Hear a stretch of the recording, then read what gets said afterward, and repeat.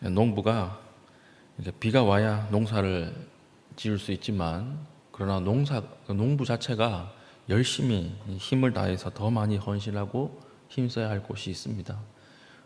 비가 온다고 해서 저절로 농사가 되나요?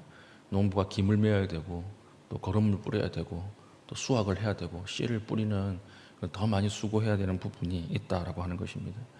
그러니까 우리도 마찬가지입니다. 우리도 하나님의 은혜 가운데 살아가지만 우리가 더 힘써야 할 부분이 분명히 있습니다. 이 분명히 더 힘써야 할 부분들을 오늘 사도 바울이 고민하는 내용입니다. 무엇을 더 힘써야 하냐? 더 힘쓴다라고 하는 것이 무슨 말입니까? 가치를 여기에 두고 집중하라는 말이죠. 다른 생활 가운데 여기에 더 집중해서 열심히 행하라, 이것을 이야기하는 것입니다. 그래서 뭐라고 이야기합니까? 너희는 거룩하라, 이렇게 이야기를 하면서 어떻게 하는 것이 일상의 거룩인가, 그것을 이야기하고 있습니다. 우리가 쉽게 생각하면 우리가 뭐 거룩한 삶 이러면 성경 많이 읽고 기도 많이 하고 뭐 그럴 거라고 생각을 하는데, 사도 바울은 데살로니가 교인들에게 일상의 거룩에 대해서 세 가지를 이야기하고 있죠. 첫 번째가 무엇입니까? 성적 방종에서 떠나라, 이것이 거룩이다, 이렇게 이야기하고, 두 번째, 형제 사랑하는 삶을 살라, 이게 거룩이라는 거예요. 형제 사랑하는 것. 세 번째, 자기 직업을 가지고 근면성실하게 일하라, 이것이 거룩이라고 하는 것입니다. 그러니까 우리가 생각하는 종교적 거룩, 이것과는 거리가 없고 거리가 멀고, 오늘 일상의 거룩이라고 하는 것은 철저하게 이웃과 하나님 앞에서 근면하고 성실하게 살아가는 것, 이것을 이야기하고 있다라고 하는 것입니다. 그러니까 1절 보십시오. 그럼 우리 형제들아, 우리가 끝으로 주 예수 안에서 너희를 구하고 권면하노니 너희가 마땅히 어떻게 행하며 하나님을 기쁘시게 할 수 있는지를 우리에게 배웠으니 곧 너희가 행하는 바라 더욱 많이 힘쓰라, 이렇게 얘기했잖아요. 더욱 많이 힘쓰라. 그러니까 신앙생활 가운데 우리가 일상 속에서 더욱 많이 힘쓰고 집중해야 할 부분이 있다라고 하는 것입니다. 첫 번째가 무엇입니까? 성적 방종에서 떠나라는 것이죠. 성적 방종에서 떠나라. 우리 3절에서 6절 보면 하나님의 뜻은 이것이니 너희의 거룩함이라 곧 음란을 버리고 각각 거룩함과 존귀함으로 자기의 아내 대할 줄을 알고 하나님을 모르는 이방인과 같이 세욕을 따르지 말고 이 일에 분수를 넘어서 형제를 해하지 말라, 이렇게 이야기했습니다. 세욕을 따르지 말라, 이렇게 이야기를 하고 있습니다. 누구나 문화의 영향을 받습니다. 근데 1세기 이 당시 문화는 우상 숭배 안에 음란이 숨어 있었어요. 그래서 방종, 성적 방종에 대해서 아주 가볍게 생각하는 문화가 그리스 헬라 문화였습니다. 오늘 우리 문화도 그렇죠. 그러니까 우리 시대의 문화 속에서 살아가면 아무리 경건한 사람도 이 성적 방종의 문제에 노출되게 되어 있다라고 하는 것입니다. 그러니까 지금 중세의 가장 타락한 사람들보다 오늘 현실의 가장 거룩한 사람이 더 타락했어요. 재밌죠? 이런 얘기를 제가 본 적이 있습니다.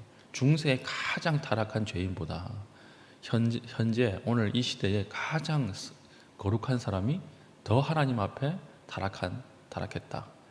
그러니까 오늘 이 시대가 너무 음란한 시대고 성적으로 방종한 시대가 되었다라고 하는 것입니다. 그럼 이거 어떻게 거룩을 가지고 우리가 살아야 하는가? 단서가 하나 나오는데 4절입니다. 각각 거룩함과 존귀함으로 자기의 아내 대할 줄을 알고, 라고 하는, 아내 대할 줄을 알고. 여기 우리 오늘 큐티지 설명 이렇게 보니까 여기 이제 아내라고 하는 단어가 원래 그릇이라고 하는 단어라고 되어 있죠. 그래서 이 그릇이라고 하는 단어는 몸이라고 하는 단어로 번역을 해야 한다, 이렇게 되어 있습니다. 그러니까 이것은 남자에게만 주는 말씀이 아니라 남녀 모두에게 주는 말씀이에요. 하나님이 주신 그 상대 배우자를 취하고 그것으로 인해서 성적 방종을 빠지지 말라, 이렇게 이야기하고 있는 것입니다. 그러니까 항상 성경은 절대로 하지 마라, 뭐 비워놓아라, 진공 상태로 해놓고 지켜라, 이렇게 이야기하지 않고 이 안에 무엇을 채워놓은 게 있어요. 하나님이 주신 것이 있는 거예요. 이 주신 것을 가득 채우고 그것을 가지고 누려라, 이렇게 이야기를 하는 것입니다. 그러니까 하나님이 주신 이것을 가지고 뭐 무조건 디펜스, 막고 안 하려고 수도사처럼 사는 것이 아니라 하나님이 주신 그것을 충분히 누리고 그것을 즐기면서 성적 방종 이것을 떠나라 이렇게 이야기를 하고 있다라고 하는 것입니다. 그러니까 첫 번째 생활의 거룩이 무엇이냐? 성적인 방종에서 떠날 것. 두 번째는 무엇입니까? 형제를 사랑하라는 거죠. 형제 사랑. 9절 10절입니다. 형제 사랑에 관하여는 너희에게 쓸 것이 없음은 너희들 자신이 하나님의 가르침을 받아 서로 사랑함이라. 너희가 온 마게도냐 모든 형제에 대하여 과연 이것을 행하도다. 형제들아 고나노니 더욱 그렇게 행하고. 형제 사랑하라는 거예요. 이게 거룩이라고 하는 것입니다. 그래서 요한 1서 보면 형제를 미워하는 자마다 살인하는 자라고 되어 있어요. 형제를 미워하면 살인하는 자고 그 속에 영생이 없다. 요한은 형제 사랑과 구원이라고 하는 것을 연결시키고 있다라고 하는 것입니다. 그러니까 오늘 우리가 특별히 더 집중해야 할 것은 형제를 사랑하는 것, 그것에 더 집중해야 한다라고 하는 것입니다. 우리 형제들끼리 만나면 비판이 잘하죠. 험담하기가 더 쉽죠. 그렇게 하지 마시고 사랑하십시오.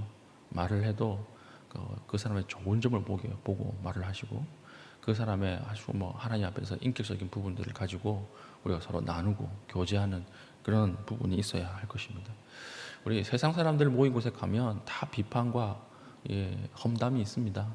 다 이게 밑으로 깔아내리려고 하는 그런 게 있어요. 운동을 하러 가도 마찬가지죠. 배드민턴이나 테니스 치러 가면 못 치는 사람들 그냥 두지 않아요. 어떻게든 밟아가지고 못 올라오도록 그렇게 하고.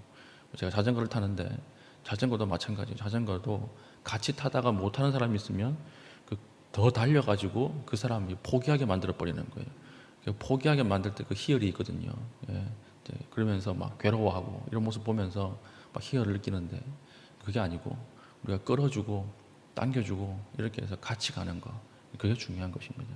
교회도 마찬가지입니다. 교회도 몇 사람 엘리트들이 다 이렇게 앞에 가면서 다 치고 나가는 그런 게 아니고 잘하는 사람이 못하는 사람 끌어주고 좀 느리게 가도 함께 가는 그것이 하나님 보시기에 좋은 교회다라고 하는 것이죠.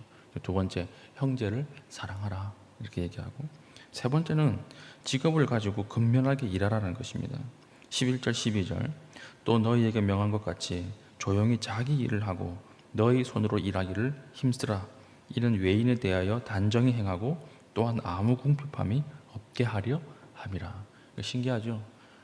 일상의 거룩 중에 하나가 자신의 일을 가지고 근면하고 성실하게 일하라 이렇게 이야기를 하고 있다라고 하는 것입니다. 오늘날 심령이 병든 사람이 많이 있습니다. 심령이 병든 사람 중에 한 사람이 무엇입니까? 항상 자신의 실패를 남 탓하는 거예요. 남 탓. 다른 사람이 나를 안 도와줘서 내가 실패했어. 환경이 나를 안 도와줘서 내가 실패했어. 이렇게 이야기하는 거예요. 상황에 항상 자기를 맡기는 것입니다. 그것은 병든 의식입니다. 교회가 어려운 사람들을 도와야죠. 그 당연히 교회가 해야 되는 일입니다. 근데 내가 스스로 나는 어려운데 교회가 나를 왜 안 돕나? 그러면 병든 마음이에요. 하나님 그걸 원하지 않습니다. 하나님께서 철저하게 자신의 일을 가지고 근면성실하게 일하라 이렇게 이야기를 하고 있다라고 하는 것입니다. 그러므로 스스로 약자 의식을 가져서는 안 된다라고 하는 것이죠. 특별히 청년들 잘 들으시기 바랍니다. 청년들 갓모닝으로 들을 때도 잘 들으세요. 청년들은 약자가 아닙니다. 오늘 이 시대에 분명 청년들이 더 힘든 부분들이 있어요. 청년들이 길이 막혀 있는 부분들이 분명히 있습니다. 이것은 온 사회가 구조를 바꾸어서 이 청년들을 이렇게 구조적인 악을 제거해야 되는 문제이지, 청년들 스스로가 우리는 약자니까 도와줘야 된다 이렇게 생각해서는 안 돼요. 약자라고 하는 것은 도저히 일어날 일이 힘이 없는 사람, 그러니까 처음 태어날 때부터 장애를 가지고 태어났다거나 아니면 나이가 너무 많아서 기대고 의지할 곳 없는 이 사람들이 약자이지, 청년들은 희망이 있잖아요. 힘이 있잖아요. 꿈이 있고 소망이 있잖아요. 그러니까 절대 약자가 아니에요. 그러니까 청년들 오늘날 보면 이직률이 높다 그러잖아요. 이직률. 조금 일하다가 자아 실현을 못한다 이래가지고 나와버리고, 세상에 사회 초년생에게 자아 실현 시켜주는 그런 직업이 어디 있습니까? 맨날 물어봐요. 목사님 직업이 많은데 조금 일하고 워라벨 그러죠. 워라벨. 조금 일하고 돈 많이 주는 곳은 없나요? 그런 데 있으면 저한테 좀 소개시켜 주세요. 제가 그거 하기에. 예. 그런 데는 없습니다. 돈 조금 주고 돈 많이 주고 조금 일하게 하는 곳이 어디 있어요? 그런 곳은 없습니다. 누가 사회 초년생 아무것도 모르는 사람에게 자아 실현을 시켜주는 그런 직장이 어디 있습니까? 처음에는요, 원래 바닥부터 시작해야 되는 거예요. 바닥부터. 제가 어떤 사람 인터뷰를 보다가 참 아직까지 남아있는 말이 있는데, 우리나라에서 아주 유명한 그 요리사가 되었습니다. 요리사. 이제는 모든 사람이 아는 요리사예요. 근데 이 사람이 처음 주방에 들어갔을 때 3년 동안 설거지만 시켰대요. 3년 동안. 얼마나 힘들었겠어요. 그걸 못 버틴대요. 그 3년을. 3년 동안 설거지만 계속 시키는데 뛰쳐나가고 싶은 생각이 수없이 들었을 거 아니에요. 근데 그 3년 동안 설거지 하면서 자기가 깨달았던 게 있다는 거예요. 그게 무엇이냐? 반찬, 손님들이 어떤 반찬을 남기는가, 그걸 봤다는 거예요. 설거지를 3년 동안 하니까 이 조합이 나갔을 때는 손님들이 이 반찬을 남기는구나. 남기는 반찬과 잘 먹는 반찬, 이게 자기 머리 안에 습득이 되었다는 거예요. 그래서 잘 먹는 반찬으로만 내가 식당을 하면 음식을 해야 되겠다. 이렇게 해서 유명해졌다는 것입니다. 일리가 있지 않습니까? 처음에는요, 다 바닥부터 시작하는 거예요. 근데 중요한 건 무엇입니까? 근면하고 성실하게 그것을 할 수 있는가, 그것이 중요하다라고 하는 것이죠. 제가 지금 이 설교까지 했던 설교 수를 이렇게 세어보니까, 설교를 하면 항상 이렇게 코멘트를 달아가지고 파일로 남겨두거든요.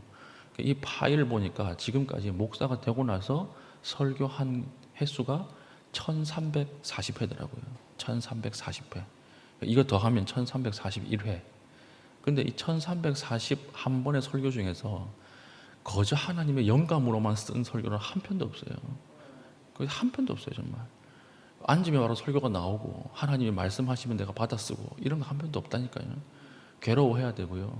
막 준비하다가 책을 막 들여다봐야 되고, 막 엉덩이가 부르틀 정도로 앉아 있어야 설교가 나오는 것입니다. 그러니까 하나님 앞에 우리 거룩이 무엇입니까? 그날 하루를 근면성실하게 자기의 직업을 가지고 최선을 다해서 사는 것, 그게 하나님 앞에 오늘 이 시대의 거룩이다라고 하는 것입니다. 우리에게 부족한 것은 무엇입니까? 오늘 하나님께서 우리에게 명령하시는 것, 첫째, 성적 방종에서 떠나라. 성적 방종 안에 있다면 빨리 떠나십시오. 두 번째, 형제를 사랑하라. 오늘 만나는 모든 사람들 가운데 좋은 말 하십시오. 아름다운 말 하시고 칭찬하시고 좋은 것을 권면하시기 바랍니다. 세 번째, 우리가 가지고 있는 직업, 다 일의 장소가 있죠. 일터가 있죠. 거기서 최선을 다하십시오. 그것이 거룩입니다. 우리가 이 세 가지를 가지고 오늘 하루도 하나님 앞에서 아름답게 살아갈 수 있는 믿음의 신실한 주의 백성 되기를 축복합니다. 아멘. 기도하겠습니다. 하나님, 오늘 이 시간 음란한 문화에 동화되지 않도록 우리를 보호하여 주시고 떠나게 하시고, 하나님 형제 사랑하게 하시고, 그리고 우리의 직업의 장소 또 삶의 자리에서 최선을 다할 수 있는 농부의 인내를 주시고 근면함을 허락하여 주시옵소서. 기도하신 이후에 개인적인 기도의 제목을 가지고 기도하시고 자유롭게 돌아가시겠습니다.